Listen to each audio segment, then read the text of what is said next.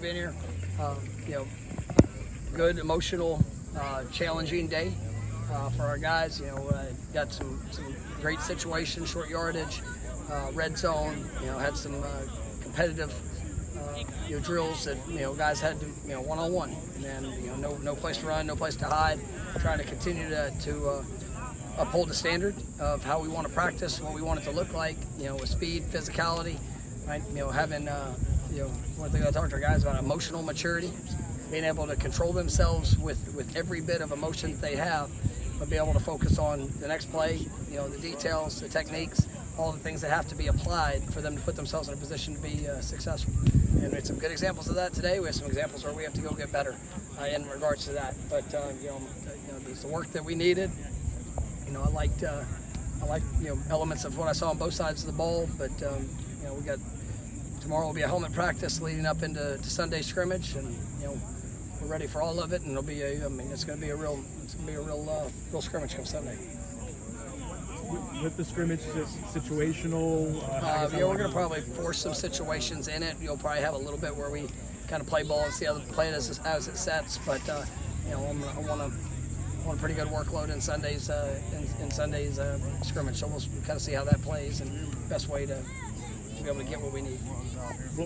What are you looking for that would make you feel good about how this whole week went to cap it all? It's continued growth. Speed and communication, execution, physicality, tackling in space, making people miss in space. It's going to be a two-way side of it. You want to see both sides, continue to go get better. You want to see continued emergence of playmakers that are, when they get their one-on-one situations, they go win them. And that's where we're going to get a great evaluation of exactly where guys are to be able to start honing in on what that's going to look like for Alabama, and still be able to continue to work in overall development in all areas. You've had a week now to look at White's defense development. What are you seeing there, and what are you learning about that defense? I think guys are definitely growing in their confidence in what they're being asked to do.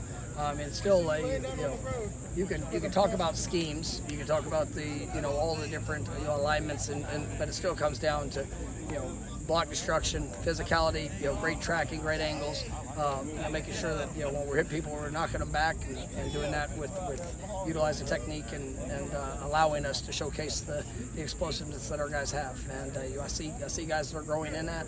I had some really good plays that showed up today, and obviously excited to see where they are come Sunday.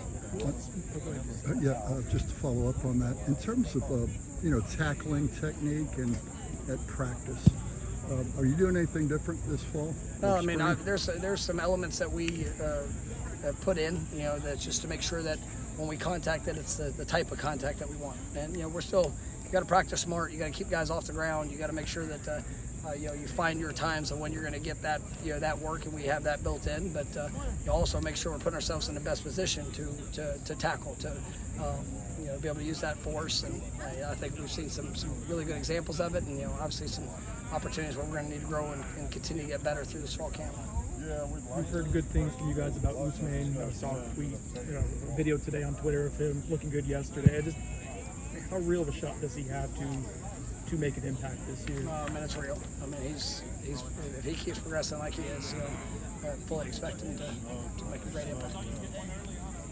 Injury-wise, how are you guys coming through this week? Good. It's we've had a couple guys, last couple days, and minor things that might hold a day or two, but right now there hasn't.